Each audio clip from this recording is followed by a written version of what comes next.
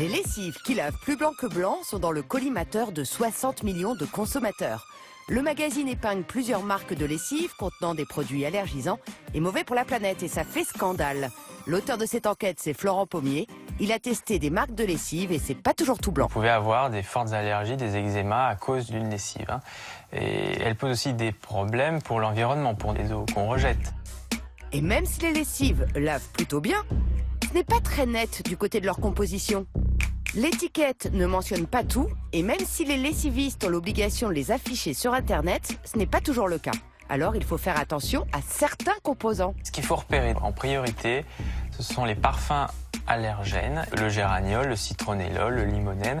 On va en trouver dans les lessives. Et l'autre famille, les conservateurs allergisants. Il y en a notamment plusieurs de la même famille qu'on appelle isothiazolinone. Habituez-vous à cette racine-là, isothiazolinone. Si vous les voyez, j'allais dire, fuyez-les. Elles posent des problèmes éventuels d'allergie et en plus elles sont fortement toxiques pour l'environnement. Donc 2 raisons de les éviter. Et c'est possible de les éviter, certaines lessives n'en ont pas dans notre essai. Et même les lessives hypoallergéniques peuvent être allergisantes. On a découvert que certaines lessives dites hypoallergéniques comportent des allergènes. Alors c'est quand même fort de café. Pour nous, c'est une tromperie. Cette mention-là n'est pas assez encadrée, sinon on n'aurait pas des lessives hypoallergéniques avec des parfums ou conservateurs allergisants. Certains ont ce fameux conservateur de la famille des isothiazolinols, c'est allergisant, une vraie duperie marketing.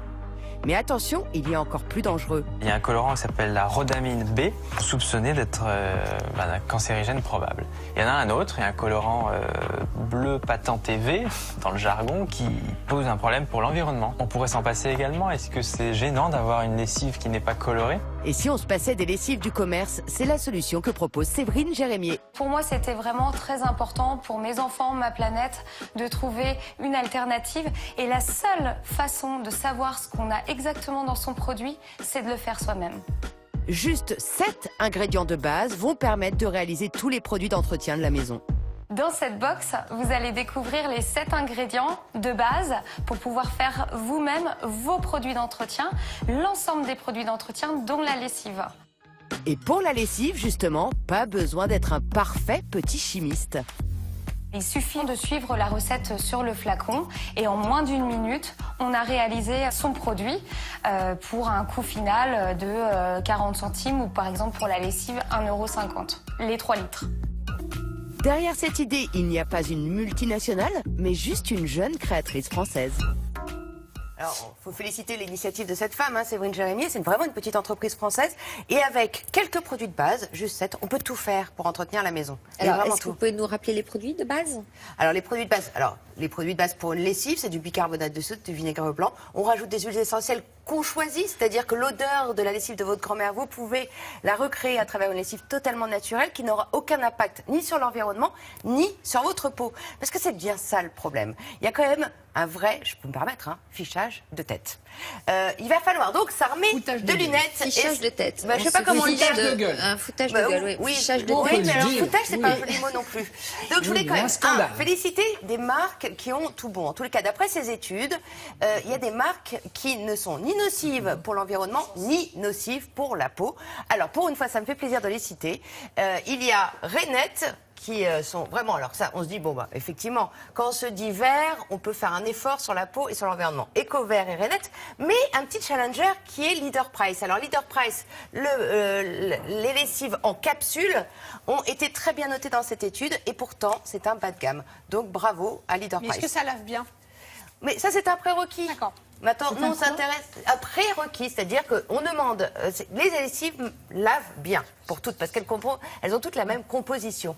On va s'intéresser aux composants en plus qui apportent cette émotion, cette odeur et ce plus produit. Et c'est ça le petit souci. Et là, il va falloir porter ses lunettes. Et là, je vous invite à tous porter vos lunettes. Ouais, c'est ça le problème, c'est que des lunettes, voire des grosses loupes quand on fait nos courses. Et alors, qu'est-ce qu'on regarde Alors moi, il y a quelque chose qui m'a fait bondir juste à l'instant là, en préparant le plateau, juste là. Vous savez, on a découvert qu'il y avait des familles d'allergènes. Tout ce qui est isoxazolinone. On l'a dit dans le sujet, isoxazolinone. Tous les produits en ninone. Méfiez-vous. Simone. Voilà. Oui, ça peut être un moyen mémotechnique, effectivement, Tous les Damien. produits en Simone. Tout ce qui est en mignonne, faut se méfier. C'est mauvais pour la peau, c'est un conservateur et si on les accumule, c'est irritant. Donc, j'ai découvert que, regardez, là, j'ai mis un petit trait noir sur la moitié, même sur 100% des produits qui sont de ce côté-là.